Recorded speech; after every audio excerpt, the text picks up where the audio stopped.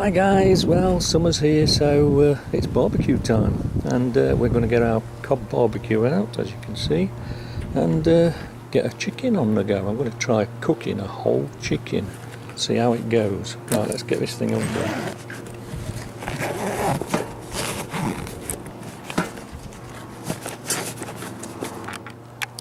So, as you Cobb aficionados will know, the Cobb BBQ, you can sort of cook sort of different ways with it. So if you're doing meat, a roast or chicken or anything like that, you really do need the roasting rack, which is that. But if you're doing things like burgers or anything like that, then you can put it directly onto the hot plate there. So let's get started then. We'll take our grill pan off. It has been used a few times, so it's a little bit chatty now, but we need to put the coals in this basket and the fire lighter in the bottom there, so that it starts off the coals. So we'll do that now. So there we are, I've got my fire lighter going. I've put the grate with the coals on the top. Now, as I've said before, with these Cobb BBQs, they are quite economical for charcoal, because I've got, how many have I got in there? 4, 5, 8, 9 charcoal briquettes in there, and that's all you need really. I think you use a lot more when you're using the ordinary barbecue, so that's a good point for the Cobbs. So there we are, that's going now. Now what you need to do now is leave that until the coals get white hot, and then it's ready to put the meat on.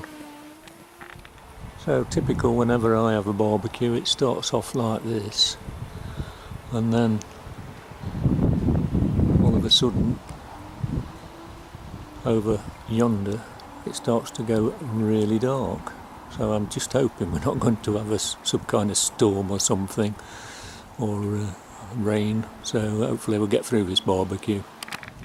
So once your coals are nice and white hot, all you've got to do is pop your chicken on, or your meat or whatever, and then pop the lid on.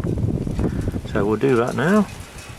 There we go, the lid's on, and hopefully that'll be a nice barbecue chicken in a short while. So stay tuned and fingers crossed, and we'll see what happens. Well, the worst has happened, and it's throwing it down with rain.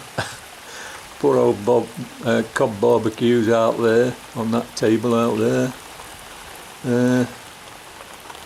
But hopefully it's still cooking inside and it don't get too cold. It's still smoking anyway, so we'll see what we get at the end of the day. Well, thankfully the rain stopped for the time being. Just a word about the Cobb BBQ. Don't be tempted to keep opening the lid to have a look, see how things are going, because that lets all the heat out. So I would keep the lid on until you think that it might be time to have a look at it and see if it's cooked. So yeah, don't be tempted to keep taking the lid off. Right, well here we go then. So the sun came back out, so I'm pleased to say it stopped raining. Now I'm going to make a confession.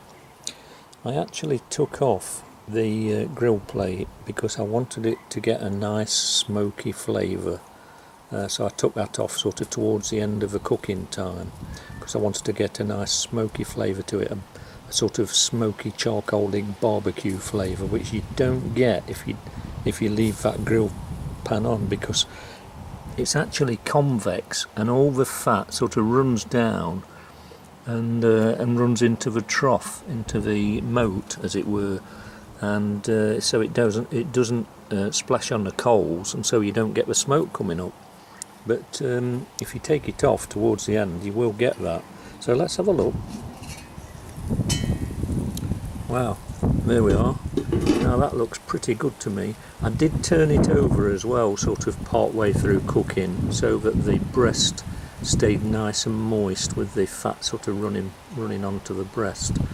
Now that looks pretty good to me. I'm quite pleased with that. So yeah, bon appetit to me, and thanks for watching. and I'm going to enjoy this now with a bit of salad and a few potatoes, and yeah, that would be really nice. So yeah, thanks for watching, and I'll speak to you next time on the next product review help website video. Cheers for now. Bye.